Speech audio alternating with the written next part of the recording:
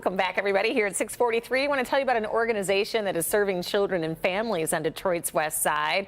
Well, it's outgrown its original space. Now they're in the process of renovating it to help accommodate even more families. Let's get out to Kim DeJulio, who's live this morning, to explain how the organization Developing K.I.D.S got here.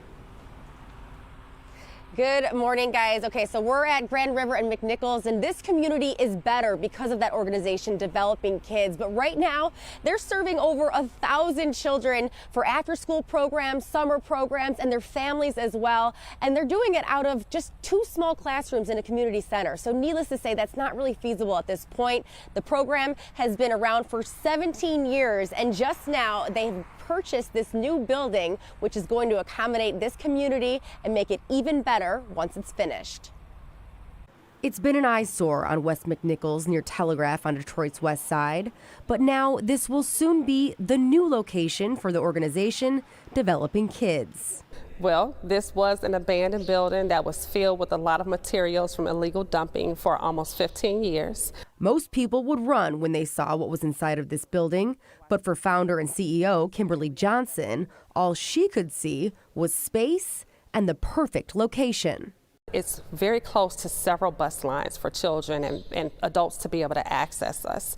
It has a large parking lot so that we can house a lot of the families that come to us. The organization purchased the building in May of 22 after receiving a variety of grants and donations. The transformation begins next week. We make sure that we are providing activities and opportunities to support the whole child, and this facility will allow us to do so. So we do literacy work with young people from kindergarten through 12th grade.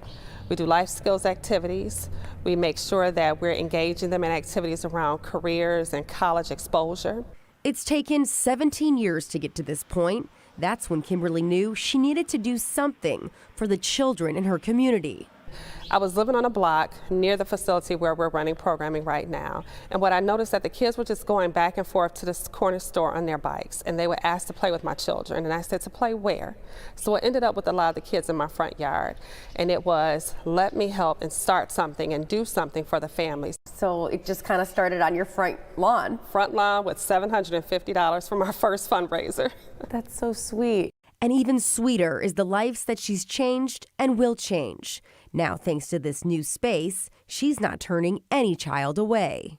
Just to, a lot of times we hear from our alumni who come back and say, I remember when you told me this 6 years ago, or they finish college and they come back to say thank you, and you don't know what you did for my family, but you never know how much it actually impacts that child and impacts their family. Guys, I was so inspired by talking to Kim about this organization, and we're walking through the building and I'm kind of like, okay, needs a lot of work, and she didn't see that at all. She was like, and this is going to be a classroom. This is going to be a classroom. Another thing they're going to have is free preschool, which she says is something that this community has been asking her to do with Developing K.I.D.S. So guys, very exciting stuff. The target date for the building to open is going to be May of 2024.